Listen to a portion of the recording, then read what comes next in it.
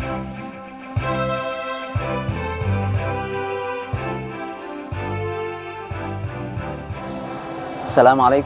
warahmatullahi wabarakatuh. Innal hamdalillah nahmaduhu wa nasta'inuhu wa nastaghfiruh wa na'udzu billahi min shururi anfusina wa min sayyiati a'malina. May yahdihillahu fala mudhillalah wa may yudhlil fala hadiyalah. Assalatu wassalamu ala asyrafil anbiya'i wal mursalin wa ala alihi wa sahbihi ajma'in. Amma ba'd. Faqala Allah Ta'ala fi kitabihil karim, a'udzu billahi minasyaitonir rajim. Bismillahirrahmanirrahim.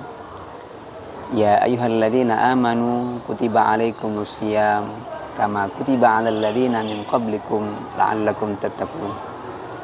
Atau kama qala Rasulullah sallallahu alaihi wasallam, man shoma ramadhana imanan wa ihtisaban ghufira lahu ma taqaddama min dhanbihi. Shadaqallahul azim. Para pemirsa yang dimuliakan Allah Subhanahu wa taala, kita sebagai hamba Allah Subhanahu wa taala selayaknya kita memanjatkan puja-puji syukur kepadanya yang telah memberikan kepada kita nikmat sehat walafiat dan nikmat iman dan Islam, sehingga pada tahun ini, yaitu tahun 1443 Hijriah, kita masih bisa mengikuti atau melaksanakan kewajiban kita sebagai seorang muslim, yaitu melaksanakan ibadah puasa bulan Ramadan. Teriring salam dan salawat selalu tersumpahkan atau terlimpahkan selalu kepada baginda Nabi Muhammad SAW. Semoga kita nantinya di hari kiamat bisa bersanding dan duduk satu lantai dengan beliau. Amin, amin, ya rabbal alamin.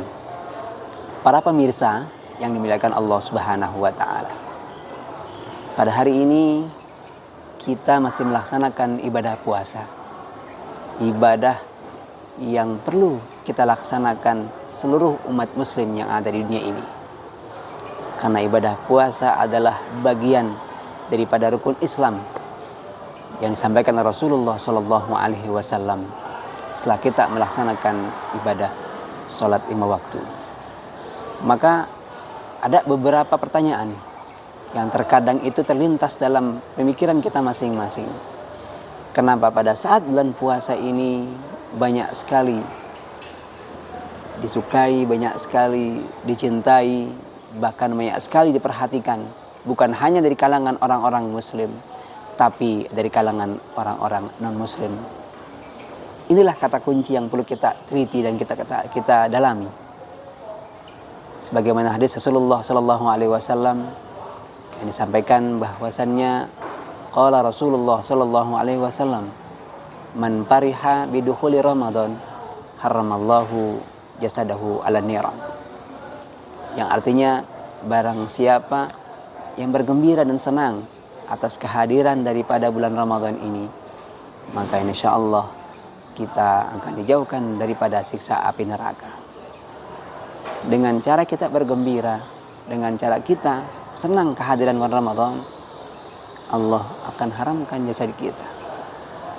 Maka dari hadis tersebut kita bisa mengambil garis merahnya.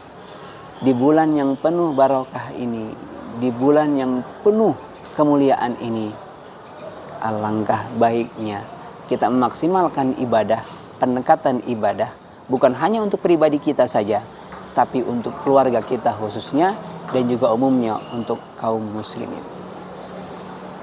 Kebahagiaan, kesenangan yang kita terima adalah hal yang harus didapati oleh setiap muslim.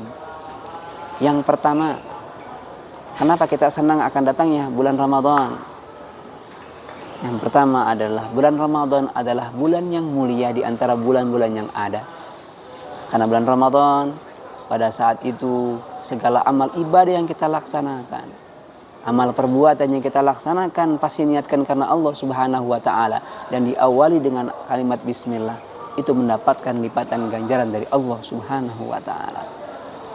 Maka kita bisa lihat tradisi-tradisi, kegiatan-kegiatan yang tidak pernah kita saksikan selain bulan Ramadan, sekarang sudah banyak kegiatan-kegiatan yang bernapaskan Islam. Salah satu contoh adalah pembacaan qiraatul Quran yang ba'da isya di masjid-masjid atau musala-musala tidak terlaksanakan ba'da isya baca Al-Quran, sekarang sudah mulai terlaksana. Bukan hanya di negara Indonesia saja, tapi di negara-negara yang mayoritas beragama Islam. Kemuliaan banyak, amal ibadah sangat tinggi.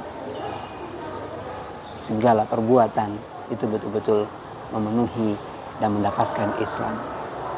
Kemudian yang kedua, yang menyebabkan orang berbahagia dan senang akan datang bulan Ramadan, di mana bulan tersebut semakin kuat rasa ukhuwah Islamiyah, semakin kuat rasa persaudaraan dalam keluarga, dalam masyarakat, dan juga dalam kalangan para pejabat dan seluruh peserta didik yang ada di sekolah masing-masing.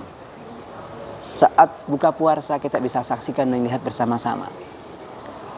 Dengan adanya buka puasa, yang orang tua tidak biasanya makan bersama-sama pada saat berbuka puasa, datangnya bulan Ramadan mereka bisa berkumpul dan mereka bisa melaksanakan buka puasa bersama dengan keluarga dalam satu meja.